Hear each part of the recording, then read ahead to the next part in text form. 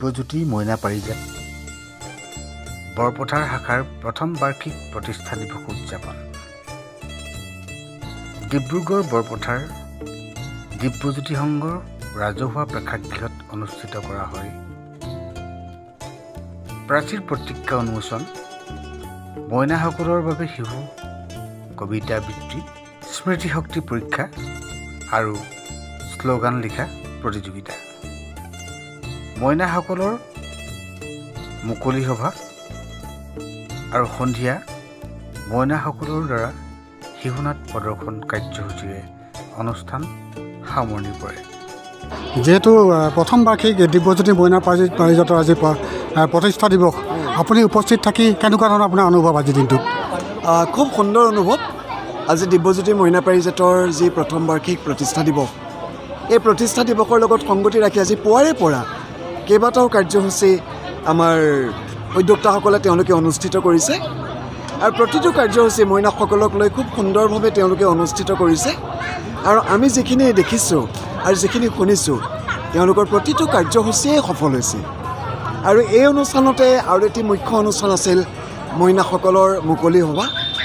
আৰু এই মুকলি সভাৰ কাৰ্যসূচীত আমি ডিব্ৰুগড় জিলা মইনা পাৰিজাতৰ তৰফৰ পৰা উপস্থিত থাকিবলৈ পাই নিজকে বৰ গৌৰৱান্বিত অনুভৱ কৰিছোঁ। খুব আনন্দিত হৈছোঁ, সন্তোষিত হৈছোঁ, কিয়নো আমাৰ অকণমানি মইনাসকলৰ মাজত মইনাসকলৰ যি মৌমাত, এই মৌমাত শুনি আমাৰ খুবেই ভাল লাগে। তেওঁলোকৰ পৰা অনুপ্ৰাণিত হওঁ, আমাৰ কিবা আয়ুসবিলাক অকণমান বঢ়াৰ নিচিনা লাগে।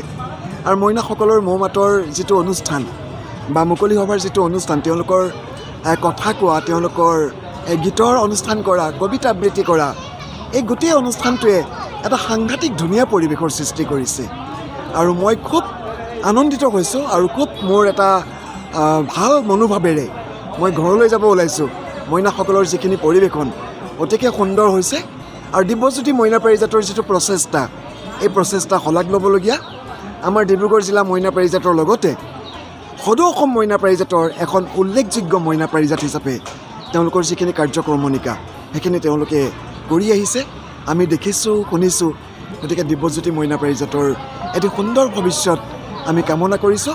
আৰু সেইটো নিশ্চিতভাৱে সদৌ অসম মইনা পাৰিজাতৰ মঞ্চত তেওঁলোকে খুব অতি সোনকালেই একেবাৰে মূৰ দাঙি থিয় হৈ সকলো মইনাই একেলগে সমস্বৰে মইনা পাৰিজাতৰ জয়গান গাব পাৰিব বুলি আমি অনুভৱ কৰিছোঁ। ধন্যবাদ। আজি বাৰ্ষিক অধিৱেশনৰ মুকলি সভাৰ মাননীয় সভাপতি মহোদয়া প্ৰমুখ্যে কৰি নিৰ্দিষ্ট বক্তাৰূপে উপস্থিত থকা মইনামাতৰ মইনাসকল, দিব্যজ্যোতি মইনা পাৰিজাতৰ মইনাসকল, আজি এই মুকলি সভাত মঞ্চ শুৱনি কৰা ডিব্ৰুগড় আঞ্চলিকৰ মোৰ বন্ধুবৰ হিৰণ্য সেনাপতি ডাঙৰীয়া,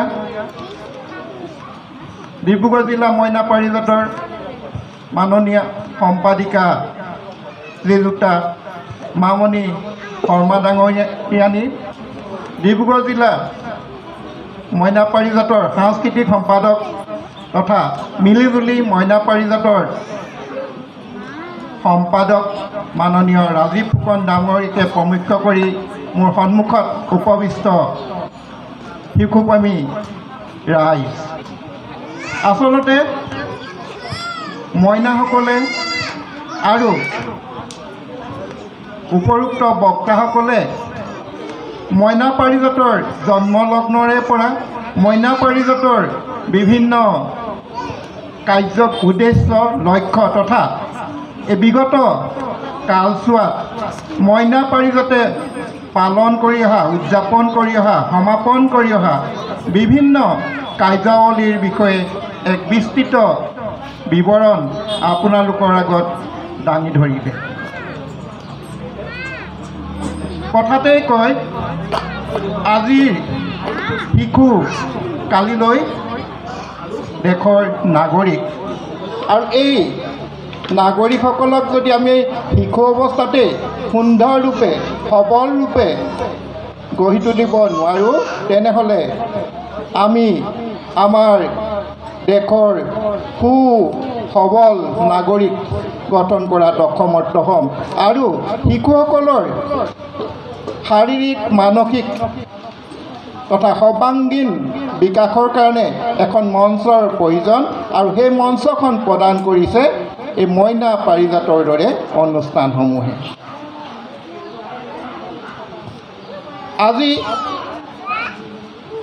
আমি জানো যে গছ পুলি এটাক যদি আমি ভালদৰে লালন পালন কৰোঁ তেনেহ'লে সি পৰৱৰ্তী সময়ত ফলে ফুলে জাতিষ্কাৰ হয়।